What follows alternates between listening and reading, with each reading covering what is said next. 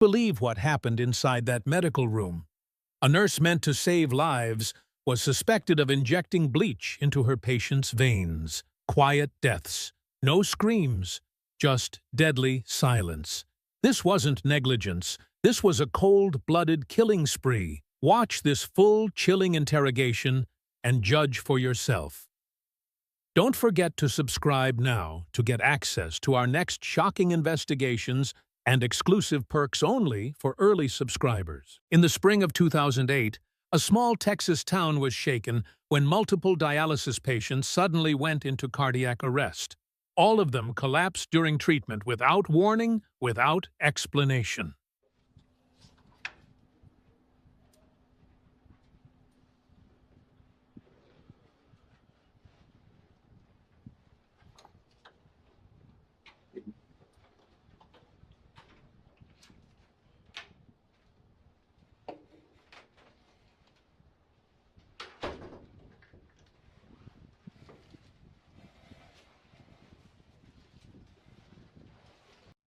Whoa, pause right there.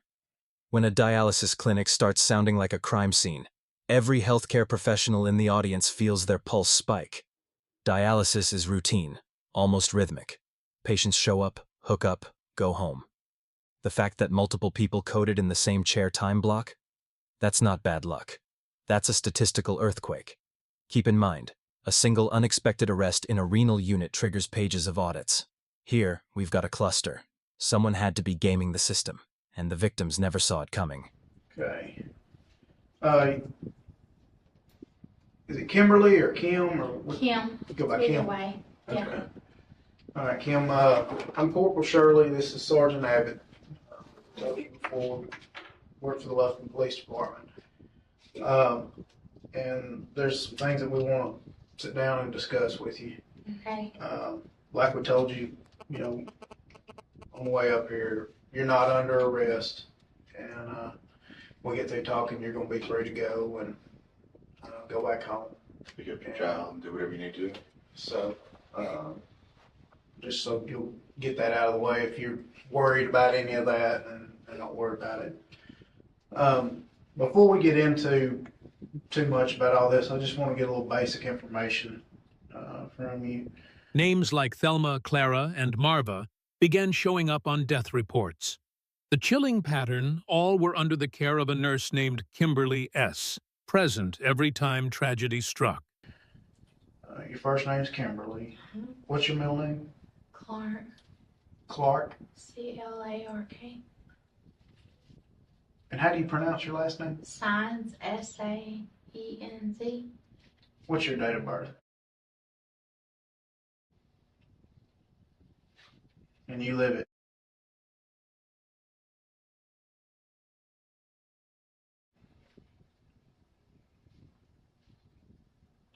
Do you have a home phone? Yes.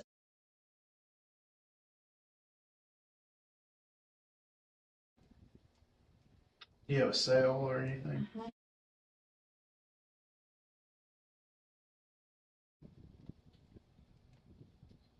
Okay. And you work at DeVito, right? Uh-huh.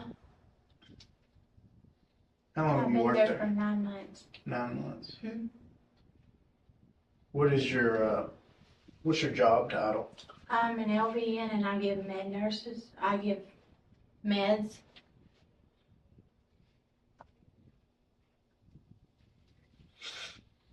Okay. And you're married? Mm-hmm. What's your husband's name? Mark Kevin Saenz.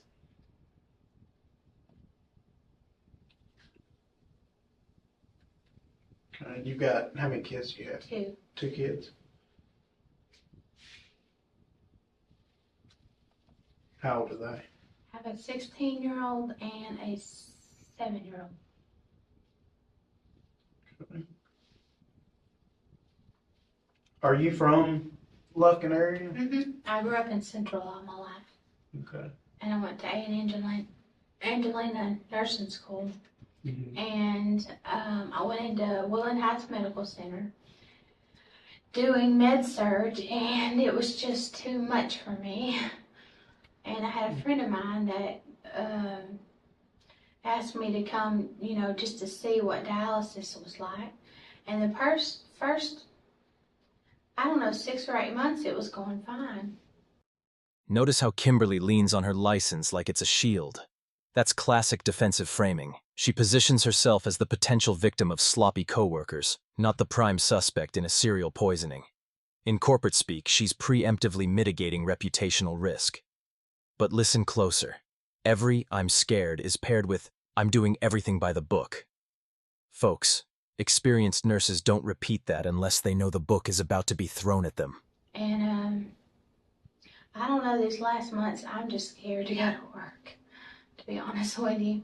Because they can't tell us what's going on, and I'm doing everything by the book, and I'm scared because I have a license, and I'm scared if I do something, then I've lost my license. Could you elaborate on that a little bit? Well, okay, well, when we get there, there's procedures. The past 4 or 5 months, or 3 or 4 months, there's been new procedures. Used to, and it's okay for me to talking to you, right? Yes, ma'am. Okay. That's fine. Okay. The last, I've been there 9 months, and when I started, we didn't, wear the gowns, and the mask and everything like that. And certain ways people were taught to be put on. One coworker confessed whenever Kimberly mentioned disliking a patient, that person mysteriously suffered a medical emergency or died within days. It wasn't a coincidence. It was a quiet pattern of destruction. No matter what their blood pressure was, you put them on. And we had a lot of people complaining of chest pain, trying to get fluid off. And so then they decided they would have a nurse that would just go around and monitor blood pressures. And the anxiety in that clinic was just, and I don't know what it is. It's just, and I know we're all new, except for a couple of people. And I'd never done dialysis before in my life. I worked at Woodland Heights, and I'd done med-surg. And a friend of mine asked me if I wanted to do dialysis. And I enjoyed it in med-surg, the nursing, when you go through school. And I enjoyed the med-surg. And it took me a little while to do the fistulas and the cannulas. They're not all up here in the ports. And there's certain ways you have to do things. And I have noticed lately that there's been a lot of sloppiness. And that's 6 inches from that person's heart. And I would just like to, if I'm going to put a catheter on, I want to draw all my meds so I know where they're coming from. I don't want to shoot something up there that I don't know what it is, because that's just right there at the heart. And if you do it, then, and they reduced the machines and everything, and it seemed to be going all right, but there's just been bleeding, and I don't know, we keep sending to hospital for bleeding, or their access tore, and I don't know if we need a new, my preceptor quit like about 6 months ago, and we don't have a preceptor, so. Okay. I am scared. Educate me a little bit. What is a preceptor? Okay. Well, when I got there, they told me that she had been to classes in Las Vegas, and she was top of her game or whatever. And so they told me I would be with her for 6 weeks, and she would follow me around and make sure everything I did was okay. And because I was nervous, I'd never done this before. But I went to dialysis clinics in my training, and I thought, well, that can't, that seemed, it doesn't seem hard.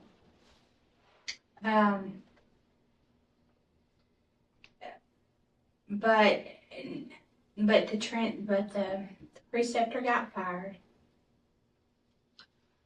So, I don't know if you know all the if, ands, and bouts about what you can do, and Not all killers hold knives. Some wear gloves and inject clear, scentless chemicals into fragile veins. In this case, it was bleach lethal in small doses, undetectable until it was too late. and dialysis, but you have to have, okay, you get machine ready up, and that takes a good 15 minutes, and you know who your patient is, and you know where your graft is, and you get it all ready. And the dialyzer, it has Ritalin in it, and it's got to be circulated, you know, because if they get a Ritalin infusion, well, then they're off to the hospital, you know, it's like bleach. So we had that, and then we just had so many chest pains that I just don't understand. And they said that we've had so many deaths in the past 7 months. I mean, April. And it's just scary, and I'm scared to leave my patients. You know, I'm just constantly, are you okay? Are you okay? Are you okay? Okay. And so I'm really not sure what to do about it. I enjoy my job, and I only know I've been here 9 months, but you know, you either hate it or you like it. So, and if I can I have good patients that they come on, they're cheerful, they know they're here. They know they're here for, you know, we're just trying to help them feel better. And it makes you feel better at the end of the day. But when you have codes after codes, it's just frustrating. And you're like, you lose your mindset of like, okay, where am I? Where do I group at? So, and I really thought that dialysis was what I wanted to do. But I don't know what's going on.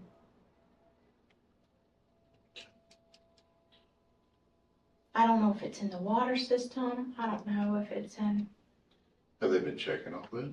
yeah, that's what they said. But I know that every day they have to do a police loop through the whole thing. And I'm just curious, what if our machines are hooked up and they have some bleach in them? I haven't researched into that, but I just have to wonder what kind of reactions would have happened if there was some machines, some bleach machines, you know, not clear. I know you bleach them every week. What do you mean you bleach them every week? But on Thursdays, all the machines have to be hooked up to this big bleach bottle, and they have to go through, and they have to go for like 25 minutes. And when it's done, you take your bleach bottle out of it. And to me, when I get there in the morning, if I know it's Thursdays or bleach days, so when I get there in the morning, I just check. There's a little, spout thing, and you can spout it and check for chlorine, because I just don't. You just don't think they'd have got it out? Well, I don't know. I just don't. I know they bleach the route of they bleach the loop. Every week, the dialysis machines were flushed with chlorine, but someone had been secretly keeping some behind, and she was using it on the weakest patients, one quiet injection at a time. And maybe that comes all out. I don't know. I just have a habit of pushing the bleach because I don't know when it was last done, and I don't want to kill my patients. Pushing bleach. The bleach? Yeah. They put it in after the patients are gone, they're in these little Tyler cylinders, and you go back to your main screen and you go chemical, bleach, and it'll go through about 35 minutes. And then there's a little drain thing on the side. You're supposed to squirt it for like a couple minutes, get your little bleach thing, and make sure there's no bleach in there. You're supposed to have 2 people do it, just so you know there's no bleach in there. Here's the medical kicker. Bleach in a bloodstream is fatal at shockingly low concentrations. Kimberly's casual description of Thursday bleach days would make any nephrologist's hair stand on end. The protocol exists to sterilize machines, not patients. Drawing bleach with a syringe instead of using the metered cup? That's like loading a handgun during a safety lecture, reckless and intentional. The margin for error is measured in milliliters, and she obliterated it. And it seems like, and then it might not be my place to say, but we had 32 chairs, I believe, and it doesn't seem like there's a lot of people watching.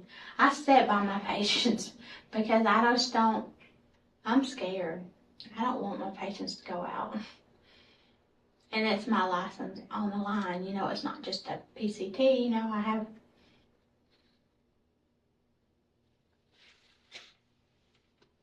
Okay.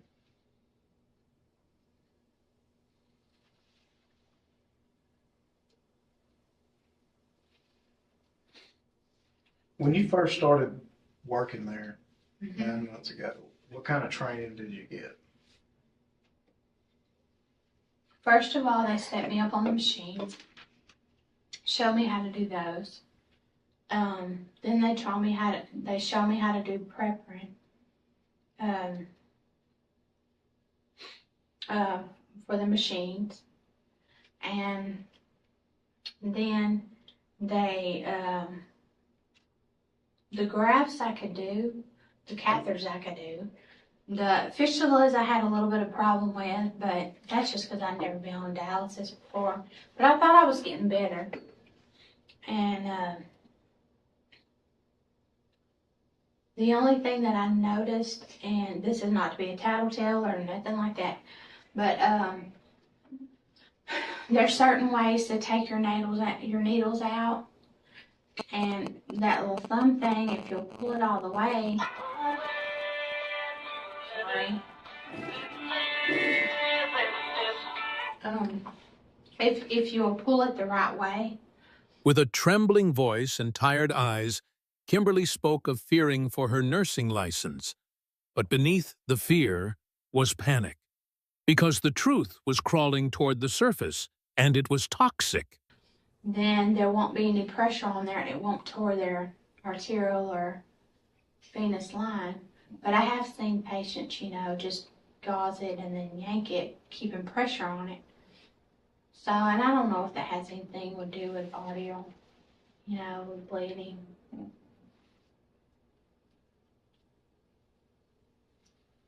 I don't know, it's just for freezing, because, it's just, I just don't know.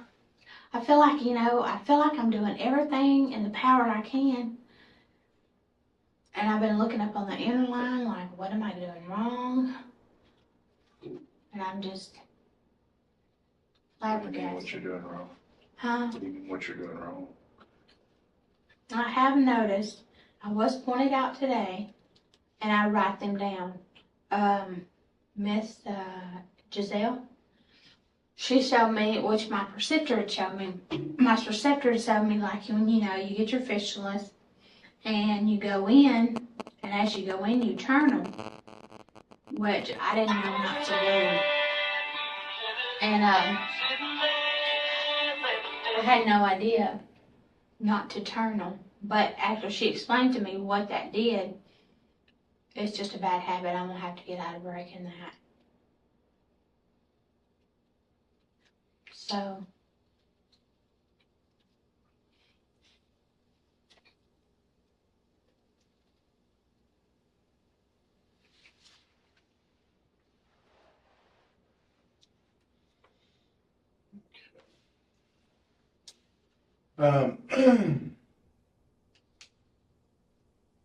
When was the last time you were at work?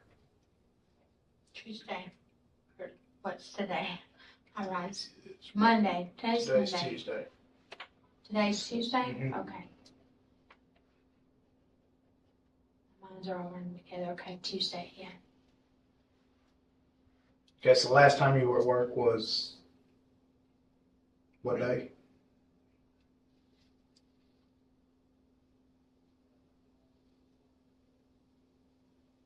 Monday. No, Monday was my last day at work.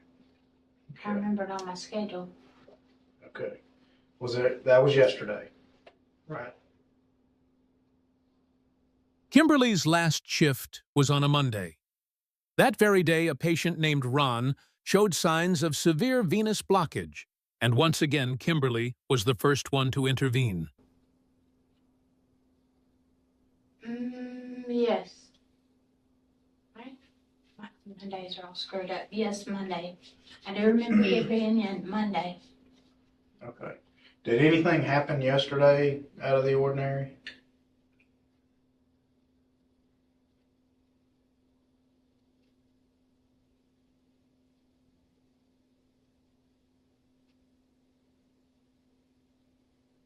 The only thing I noticed, like on my side and Christy's side, Miss Roan's venous chamber was clotting off. I mean, it had big clots in it. And asked her if she felt okay. She said okay, so I gave her a little bit of saline to try to get that. It was like a monstrous clot in there. I don't know if it had to do with our changes of our heparins or, because we did change our heparins. And that one, and let's see.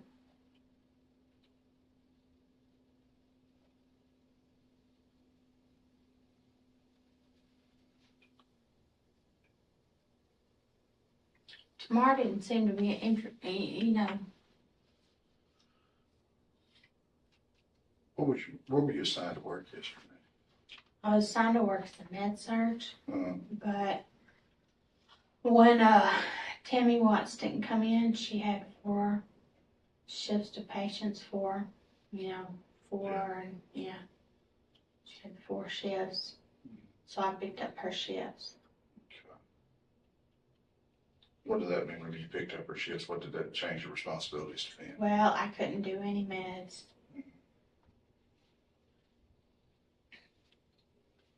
And since they decreased their the bolus, the infusion was like five, so we just kind of, every time he did a vital sign, we had to have a little bit more saline to keep it from clotting. I noticed. You keep saying you added saline. What do you mean? I'm sorry? You keep saying you added saline. Oh, well, like when we did their vital signs, we just put like a tiny bit, like 50 cc's, just enough to get that venous chamber. Cause we didn't load them up with that heparin. Sandy gave the heparin and the boluses, and that kind of slowed things down a bit. But that's all. I mean, that's all we did.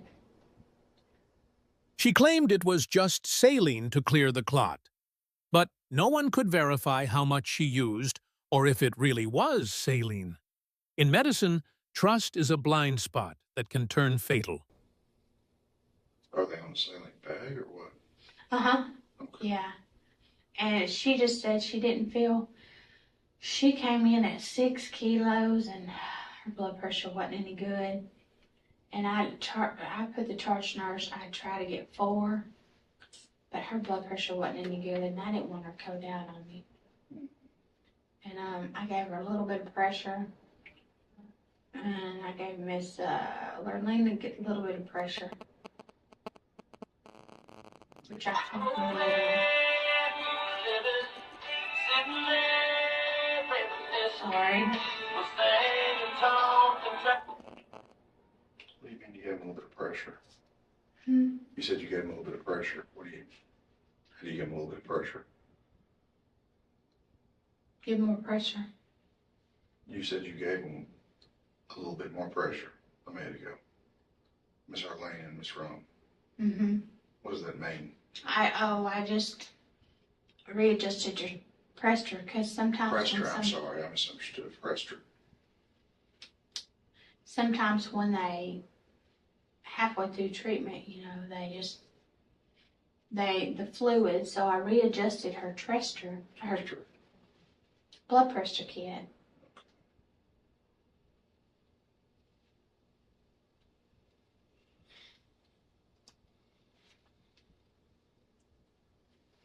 Did you, other than the saline bag, did you give her anything else? Miss Hall? Miss Roan? Oh, no. Mm-mm.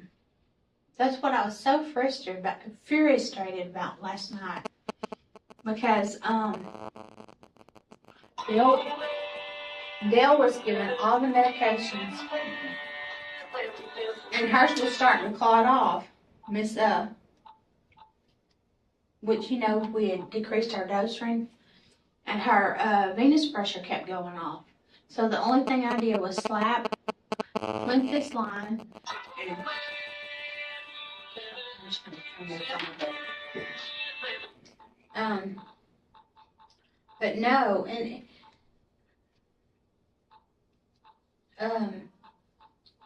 her venous pressure looked like it was completely, totally curved off. And so the only thing I did, and I charted over there, was give her some saline, because I don't know, that venous chamber looks like it had clots all in it. How'd you give her saline?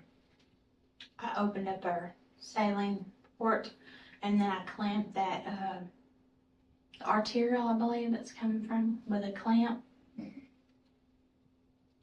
just so I could see, how many. The machine flagged abnormal pressure.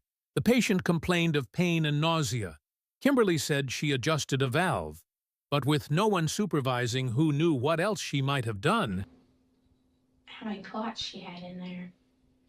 Because it was like going 300, 340, and I was scared she was going to clot off. And we'd have to get a new dialyzer.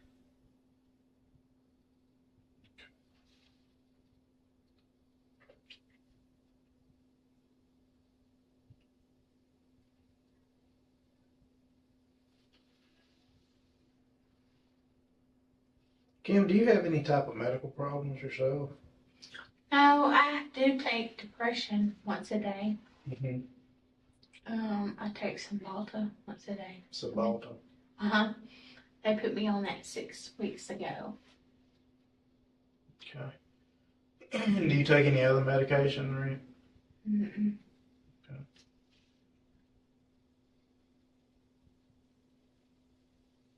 Does the Cymbalta affect you at all? No, in fact, he started me on 60. In a couple of days, it was kind of like I felt mania, I don't know, just my mind was racing and all that kind of stuff. So I went back to him, and he lowered my dose to Cymbalta. And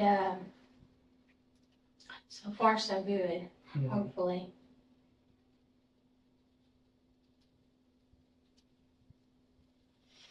But what hurts me the most is for two patients to accuse me of giving another patient's medication that was not ordered. And that's been something that's really irritated all day. I was just crying earlier, and I was like, it's my license. If I do something like that, I can't do something like that. Did you give her any medicine? I did give her some saline, only because she said she was cramping. Opened her saline line, Angie wasn't there. So I charted that I gave her some saline line. Her pressure didn't really go down that much. A patient accused Kimberly of giving unauthorized medication. She broke into tears, insisting it was just saline. But beneath the fear of losing her license, something more unsettling began to surface. And then she just said she felt kind of nauseated. Which patient are we talking about? Roan. Miss Roan? Mm-hmm. Okay. Did you attend any other patients yesterday? I had Miss Hall and Miss Hamilton and Miss Womack, and I had who was the other one?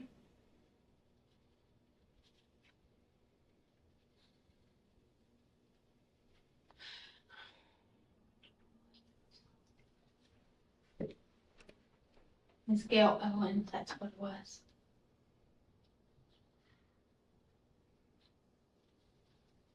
Okay.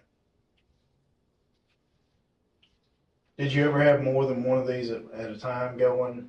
Maybe two at one time going, or was it all you doing one patient, then wait until that one was through and doing another? Yeah, the way it ended up in that section, I had 10-15 minutes to get off.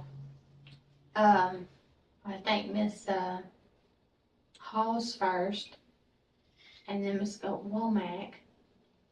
So it actually played out pretty good. They had a good 15 minutes in between. Okay. Did you work the whole day yesterday? No, because what happened, and I'm really been upset about this, Miss Hall, she claims that I gave Miss Rome some medication. And she didn't want me to do anything to me today. And the only thing that I did was go over there and give her saline. And I know you're supposed to stay with your own 4 patients. And Angie was gone. And she was just moaning and groaning. Her blood pressure was down. So I gave her a little bit of saline and I traded it. I charted it. And she just said, Miss Call said, "What did you give to her?" And I said, "I didn't give anything to her. I gave her saline. Her blood pressure's dropping." And then it wasn't long. She had Miss Hamilton sitting right beside her. And she was like, "Did you see her give her something?" And it was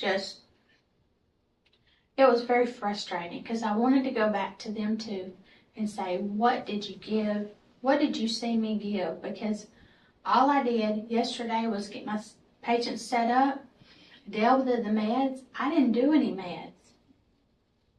And I guess my patients, they come here and they want to be dialyzed and they want to get out. And I don't know what's going on here. And it's just scary. Once praised for following protocol, Kimberly now spiraled into confusion. She claimed to only want to help, but her trail seemed to echo with a rising body count and unanswered alarms. And if I'm doing something wrong, I want to know that I'm doing something wrong because I don't want to kill somebody. I mean, I know it's dialysis. It happens all over the country. And I just don't understand what's going on. What do you mean it's dialysis? It happens all over the country. Well, I guess maybe not all over the country, but there's, Amy told me the other day, she goes, "Girls, this is dialysis. There's so many places around here, and it goes smooth. So I wonder, what are we doing wrong?" Mm-hmm. Well, then a couple of weeks ago, they brought in people to sit and watch and monitor each person while they were working. And you had somebody watching you during that time. How did you do then? She said I did excellent. That was Miss, I can't remember her. I can see her. But she stood right behind me. She said I had good techniques. Which makes me feel better.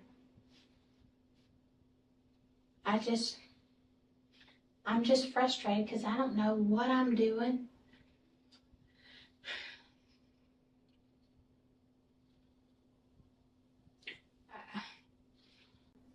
That's where I am.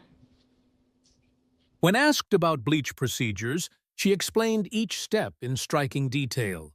But the more she spoke, the clearer it became the one who knew how to use bleach also knew how to hide it. Can you tell us anything about the bleaching procedures? Bleaching procedures? We are supposed to, after we get our, well, some people do it before. You get your, there's 2 things in bleach back there. And it's either before or after. But you have to get your bleach bowl and you have to get like a little medicine cup. And you got to go all the way back there and you got to get that. And you pour it in your bowl. and that's your sponges to wipe up. Mm. And some cleaners, some people do the clean. So I'd ask Angie, I said, you know, will you go get my clamps? Nobody left me in the clamps before. They were all just kind of hanging up there. And so when she went back there, she got me some clamps. And I just pulled them all off of there. And I don't know if it was just the complete anxiety, which is that's what Tammy told me. But it's just very frustrating because I've been here 9 months and I think I know what to do. But I sure as heck don't want lives hanging on my shoulders and my license. Okay. Would there be a cause or a reason or necessity or anything like that for anyone to use a syringe to draw bleach up into? No, there should be 2 of the 2 cc's up there. And if there's not any, you can draw your TCC up there and shoot it into your, you only get 10 cc's, you know, for your bleach solution. So you could call it up there. And that's what I did. I just go up there and put my 10 cc's in there. And I put my washcloths in there. Okay. You put your 10 cc's of bleach Mm-hmm. in what? They're in a plastic, I don't know, I guess they're about like this. Mm-hmm. Then you put your rags in them. And then you put a top of them. And they should be 1 to 100. Like, you take a little 1 to 100 cap, you pour it in there, and then you pour water. There'll be a 1 to 1,000 mark. You pour your water up to that. And then you just put your cloths in there and close it. And so when your patient shift goes off, you clean them all off. Now the clean clamps, that's something new. But your clean clamps are supposed to be on the other side with a 1 to 10 bleach and let it sit there in case bleach gets on the bleach that were on the machines. Okay. I'm a little bit confused, so maybe you can help clarify this. Do you use a syringe to pull your 10 cc's of bleach up? Sometimes I do when I can't find the little medicines cups. Mm-hmm. They used to be in that trap drawer. There weren't any in there. So I knew 10 C's would make that. But I did it at the back. I did it at the back where there was blood.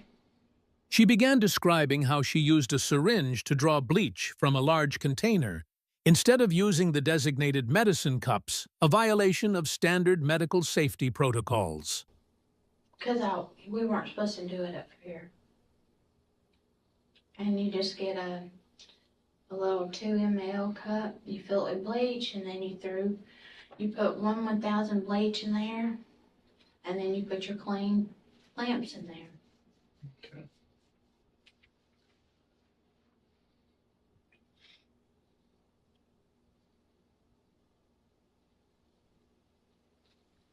When you use a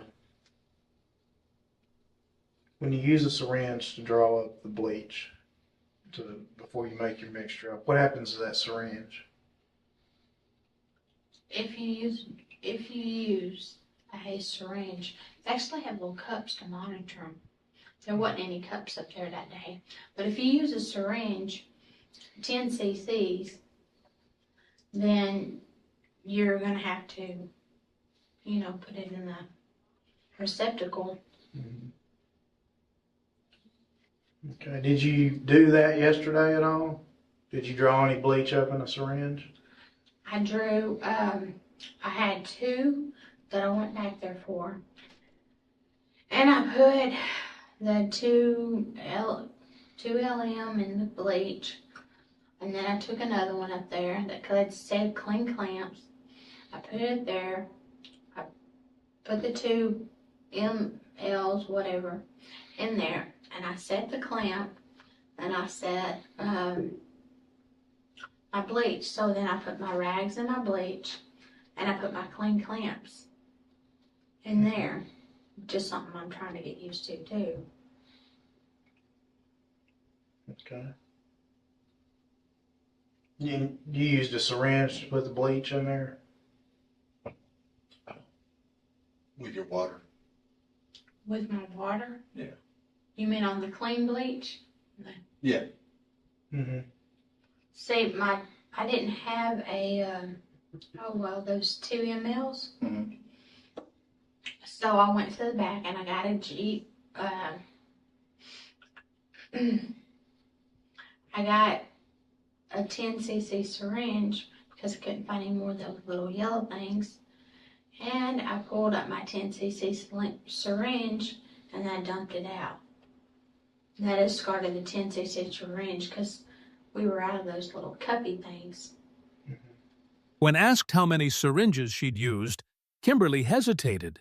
She admitted she didn't remember where she disposed of them. In a sterile environment that's more than just carelessness, it's dangerous.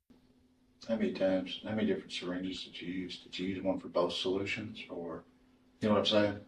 Did you draw your bleach up, put it in the solution, draw more bleach up in the same syringe, and put it in your clamp clean cup?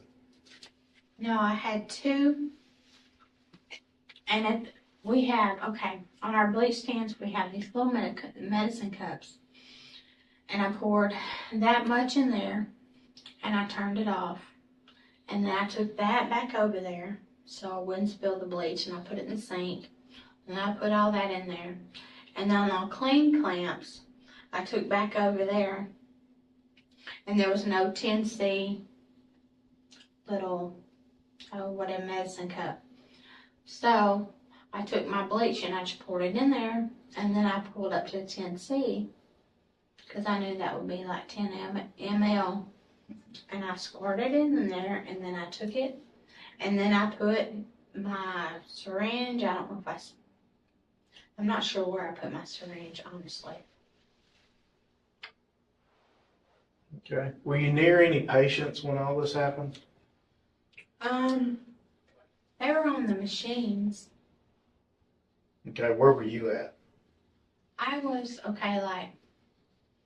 right here. There was 1, 2, 3, 4 patients here. And I told Angie Angie had these 4. I told Angie I had to go get some bleach for the cloths. So I went back here, I got it real quick. Didn't take very long. And I put it right there. And I asked Angie, I said, what do we do with these clamps?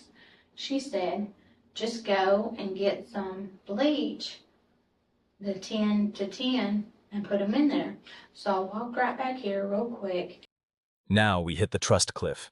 Kimberly can't remember where she tossed a syringe full of bleach.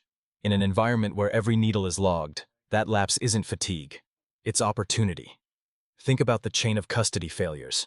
No witness, no cup, no disposal trail. That's precisely how silent killers exploit institutional blind spots. For viewers with loved ones on dialysis, this is the nightmare scenario.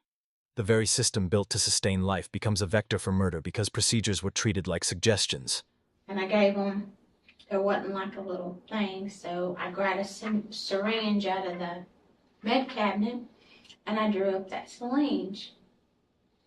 And then I just put it in there for the clean clamps.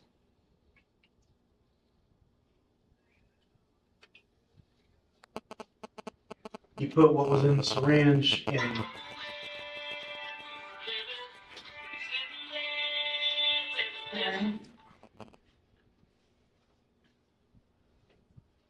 You put what was in the syringe in what? In the machine? No, in the clean clamps, they put out a new clean clamps that once you're done with your patients, you've got to take all your clean clamps, put them in there and let them soak. Mm-hmm. She insisted she never brought syringes near any patients. But in that cold, sterile room, Kimberly's confidence had begun to crack, replaced by something rawer panic she could no longer hide. Okay. Did you ever go over to any patients with any syringes in your hands? No. While you were adjusting the saline over there, just checking on them or anything like that, did you ever have any syringes in your hand or? No, because I wasn't doing meds that day. And I know when Angie left to go on break, Miss Bones and Miss Dickerson, they were right there. The arterial pressure came coming up, and the venous kept, and it showed like she had a clot in there, but that was because we wasn't using muscle clots at all. And so I rinsed some saline into Miss Rones to see, maybe it was just clotting off because the pressures were high. And then Miss Dickerson, she said she was cramping, so I gave her a little bit. And then the only thing is, I was trying to chart on my patients, and Mr. Reisinger, he called me over there and he said, "Will you come take her off?" I wasn't her, teammate, but she gets mad. He gets mad when she's not with certain people. And so she had said she had started having chest pains. So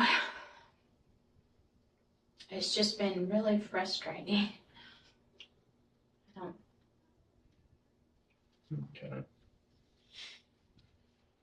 Well, we're all trying to figure out, why there's been this sudden spike in events,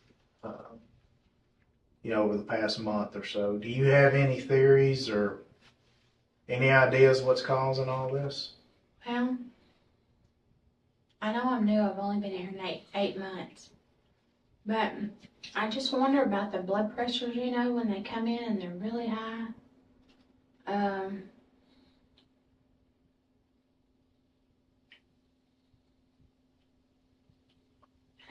I get so scared they're going to stroke out. And it's just scary. I didn't know dialysis was going to be like this. The first few weeks, it seemed to go okay. You might have a bleeder or two, but having triage every day is just, and I keep going over and over in my head, my books, and trying to figure out what have I done wrong. Okay. Have you been working on a lot of these people that have had problems? Let's see. When asked which patients had suffered complications, she named them Mrs. Strange, Mr. Kelly. Each one coded, each one collapsed. And Kimberly, always there, always within arm's reach. Miss Strange was the first one. And let's see.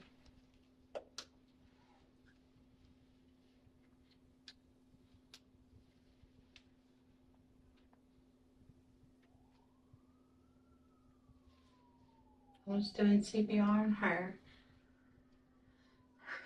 And let's see, Mr. Kelly, I was doing CPR on him.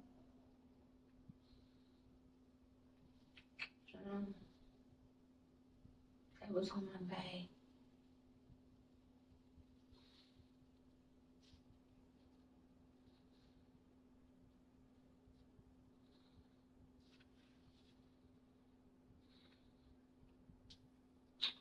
Miss Castaneda, she wasn't on my bag, but we kind of needed everybody.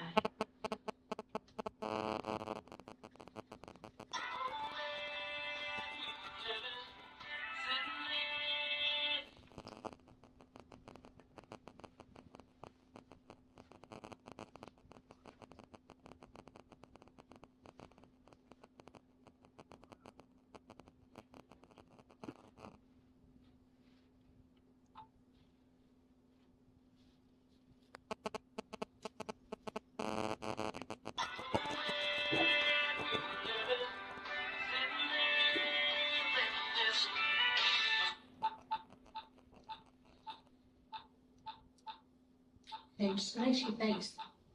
It's so hard because you think, what am I doing wrong?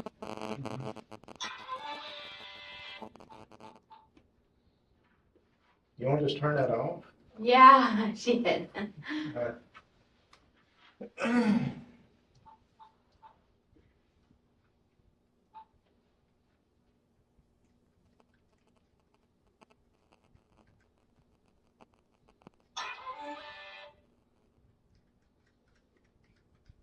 Is that your husband or somebody?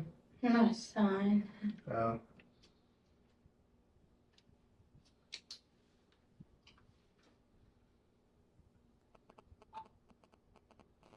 We're gonna step out just a second. Okay.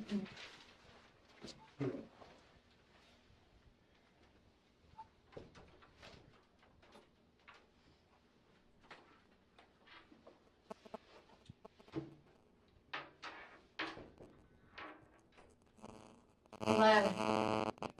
Yeah. You're gonna get me.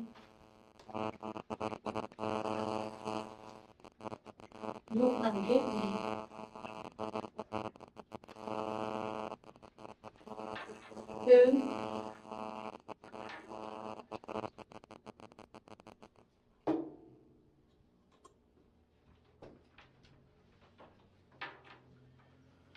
Okay. Kim, I think that's about all we're gonna need. Kimberly Saenz was charged with 5 counts of capital murder and multiple counts of aggravated assault. She was sentenced to life without parole, plus 3 consecutive 20-year terms. Authorities believe the death toll may be far higher. The jury weighed 5 murders. Investigators suspect far more. Kimberly Saenz will never walk free again. But let's zoom out. Patient safety culture hinges on constant verification, not blind faith in nice staff. If you manage a clinic, audit your bleach log tomorrow. If you're a patient, ask how your machine is disinfected. Transparency saves lives. And if this story rattled you, subscribe. Our next case dissects another hidden healthcare catastrophe. Because sunlight is the best disinfectant when the killer hides in plain sight.